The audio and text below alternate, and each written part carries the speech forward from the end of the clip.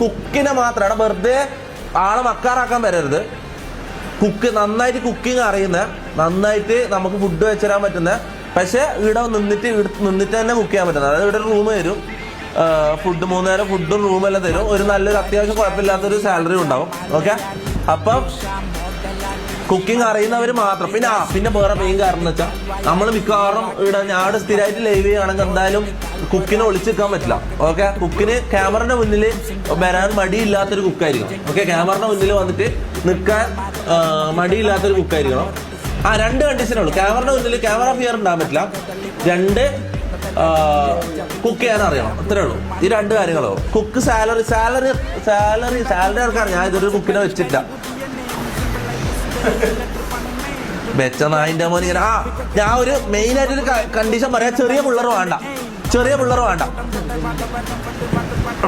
കുക്കാന്ന് പറഞ്ഞ പറ്റിച്ചിട്ട് ഈ നായി എന്റെ തലയിലായതാണ്. കുക്കാന്ന് പറഞ്ഞ ഇവനെ വന്നിട്ട് ഇവിടെ കയറിയത് ഷഫാന്നും പറഞ്ഞിട്ട്. ഇവൻ ആകെ ചായ വെക്കാനേ അറിയാം. അവൻ ചായ എന്ന് പറഞ്ഞ കാടി വെള്ളം പോലത്തെ ചായ ഇവന്റെ. അങ്ങനത്തെ ആൾക്കാർ വേണ്ട. ഞാൻ കാര്യം പറയാം, ചെറിയ പിള്ളേർ വേണ്ട. ഒന്നാമത്തെ കാര്യം, ചെറിയ പിള്ളേർ വേണ്ട. അത്യാവശ്യം ഏജ്ഡ് ആയിട്ടുള്ള ആൾക്കാർക്ക് മുൻഗണന. ഓക്കെ, നന്നായിട്ട് കുക്ക് ചെയ്യാൻ അറിയുന്ന ഒരാള്. ഓക്കെ.